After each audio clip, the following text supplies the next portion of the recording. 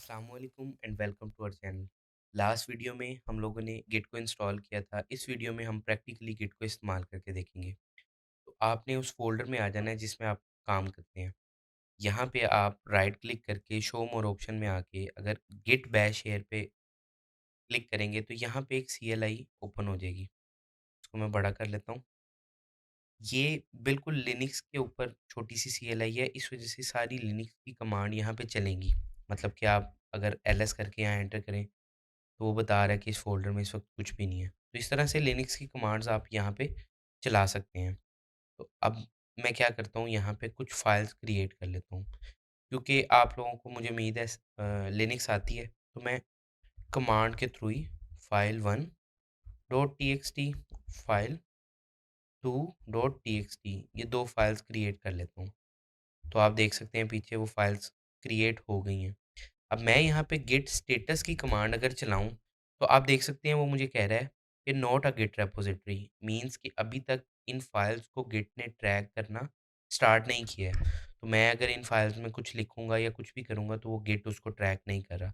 लेकिन अब मैं चाहता हूँ कि गिट इसको ट्रैक करे, तो यहाँ पे मैं कमांड चलाऊँगा गिट इन इट और एंटर कर दूँगा। तो आप देख सकते हैं यहाँ पे एक डॉट गिट का फ़ोल्डर बना है। तो ये जो मैंने आपको कहा था ना कि वर्चुअली 3 चीज़ें बनाता है, वो इस फ़ोल्डर के अंदर बनाता है। वो अपने पास इसका जो सारा गिट का ट्रैक है, वो ये डॉट हिडन फ़ोल्डर होता है। ये एक हिडन फ़ोल्डर है। मैंने अपनी यहाँ व्यू में जाके हिडन फ़ोल्डर्स को किया हुआ है, कि मुझे शो हों। लाइक यहाँ पे अगर मैं एलएस करके दिखाऊँ, तो आपको डॉट गिट का फ़ोल्डर नहीं आएगा, लेकिन एलएस माइनस ए करके दिखाऊँ, तो आप देख सकते हैं कि हिडन फ़ोल्डर शो हो रहा है। तो ये डॉट गिट हिडन फ़ोल्डर है।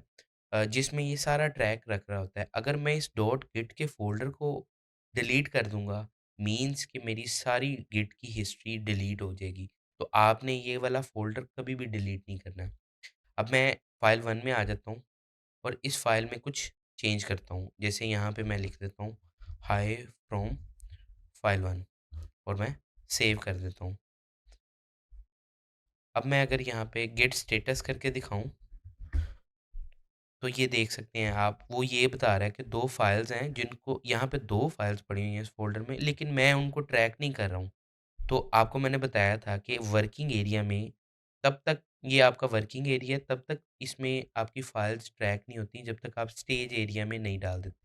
तो यहाँ पे मैं गेट ऐड मैं सिर्फ़ फाइल 1 को स्टेज एरिया में डालना चाहता हूँ, तो गिट ऐड और फिर फाइल का नेम यहाँ पे एंटर करता हूँ। तो अब अगर मैं आपको गिट स्टेटस करके दिखाऊँ, तो आप देख सकते हैं कि वो मुझे बता रहा है कि यहाँ पे मेरी 2 फाइल्स थी। एक फाइल स्टेज एरिया में आ गई है और रेडी टू कमिट है।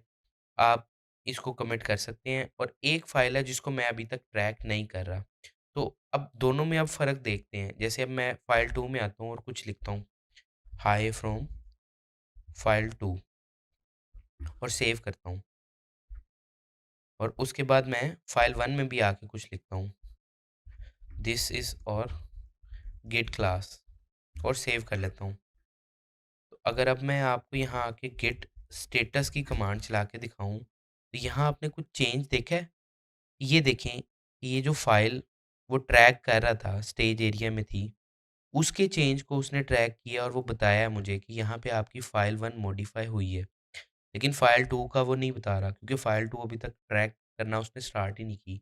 इसका मतलब है कि यहाँ पे अगर 50 फ़ाइल, जैसे कि अगर आप डेवलपर हैं, तो वहाँ पे मल्टीपल फ़ाइल्स में आप जा के चेंजेस कर रहे होते हैं। तो जो-जो फ़ाइल चेंज हुई होंगी ये वो यहाँ पे मॉडिफ़ाइड आ रही होंगी, और जो फ़ाइल चेंज नहीं हुई होगी वो यहाँ पे यूँ ग्रीन शो हो रही होगी, और जो अनट्रैक्ड हैं वो यहाँ पे अनट्रैक में आ रही होंगी। अब मैं चाहता हूँ कि इस फ़ोल्डर में जितनी भी फ़ाइल्स हैं, वो सारी ट्रैक होने लग जाएँ।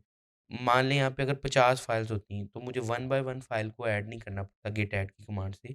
मैं यहाँ पे गिट ऐड अगर डॉट लगा दूँ, तो इसका मतलब है कि यहाँ पे जितनी भी फाइल्स पड़ी हुई हैं, वो सारी स्टेज एरिया में चली जाएँगी। मैं एंटर कर देता हूँ, गिट स्टेटस।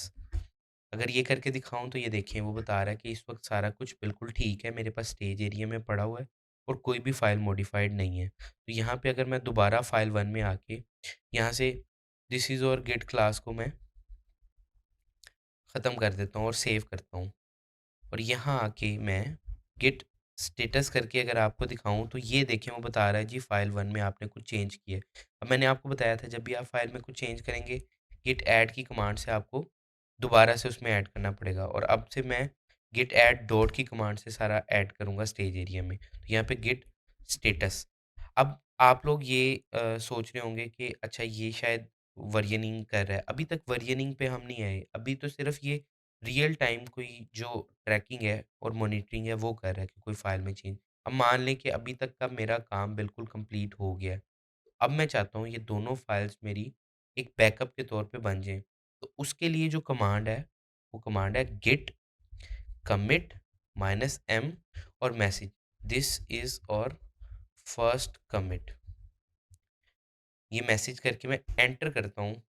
तो अब मैं अगर आपको गिट स्टेटस करके दिखाऊँ तो आप देख सकते हैं यहाँ पे मेरा वर्किंग ट्री बिल्कुल क्लीन है। इसका मतलब ये है कि कुछ भी इस वक़्त वर्किंग एरिया में नहीं है, कुछ भी स्टेजिंग एरिया में नहीं है, जो कुछ भी था, जो आपका काम था फ़िलहाल के लिए वो कमिट हो गया है। अब नेक्स्ट मैं फ़र्दर इस फ़ाइल में आके इसमें काम स्टार्ट करता हूँ। We are ready for second commit और यहाँ पे सेव कर लेता हूँ।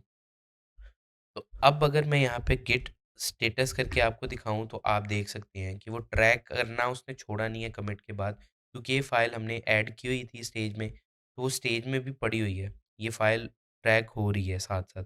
लेकिन ऑन द मीन टाइम यहाँ पे मैं एक और फ़ाइल बना देता हूँ टच फ़ाइल 3.txt और अब अगर मैं आपको गिट स्टेटस करके दिखाऊँ, तो यहाँ पे इस फ़ाइल को अभी तक उसने ट्रैक करना स्टार्ट नहीं किया। अब मैं क्या करता हूँ गिट ऐड की कमांड से वापस फ़ाइल 1 को स्टेज एरिया में डाल देता हूँ, लेकिन अभी फ़ाइल 3 को मैंने स्टेज एरिया में नहीं डाला। गिट स्टेटस करके दिखाऊँ, तो यहाँ पे मैं एक कमिट बना देता हूँ git commit -m file 1 changed. ये कमिट करके मैं एंटर कर देता हूँ। तो अब अगर मैं आपको गिट स्टेटस करके दिखाऊँ, तो आप देख सकते हैं कि वर्किंग एरिया तो मेरा क्लीन है। सॉरी वर्किंग एरिया में फ़ाइल 3 पड़ी हुई है, लेकिन मेरा जो गिट वर्किंग ट्री थी वो सारी क्लीन है। क्योंकि स्टेज एरिया में जो कुछ पड़ा था उसको उसने वेरिएंट बना लिया है। लेकिन अभी तक मैं इस फ़ाइल 3 को डिलीट करूँ, कुछ चेंज करूँ, उसको गिट ट्रैक नहीं करेगा। तो इसलिए आपने कभी भी उस फ़ोल्डर में कोई भी ऐसा फ़ाइल या ऐसी फ़ाइल या कुछ भी आपने नहीं रखना जिसको आप ट्रैक नहीं करना चाहते। तो आप इस फ़ाइल को मैं इसको भी गिट ऐड के साथ स्टेजिंग में ऐड करता हूँ और यहाँ पे कमिट कर देता हूँ फ़ाइल 3 एडिट। तो इस तरह आप जब भी कोई काम करते हैं, साथ-साथ अपने कमिट्स कर रहे होते हैं। तो ये कमिट जो भी कमिट आप कर रहे हैं, वो एक हिस्ट्री में बन रही है, वो ट्रैक हो रहा है, गिट उसको ट्रैक कर रहा है। तो कभी भी आप किसी पुराने वर्ज़न पे जाएँगे, तो ज उस वक़्त जितना काम हुआ है, वो आपको मिल जाएगा। तो अगर आपने देखना है कि कितने कमिट्स हैं मेरे और कौन-कौन से कमिट्स हैं, तो उसके लिए जो कमांड है, वो है गिट लॉग।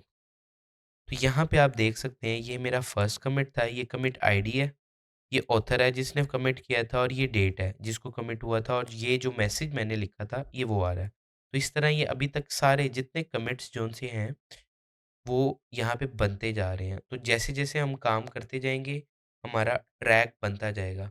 तो इस तरह से ये गिट बड़ा आसानी से बैकअप्स क्रिएट कर रहा है।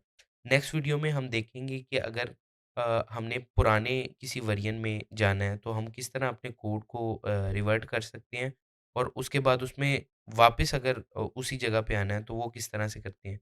मिलते हैं नेक्स्ट वीडियो में, तब तक के लिए अल्लाह हाफ़िज़।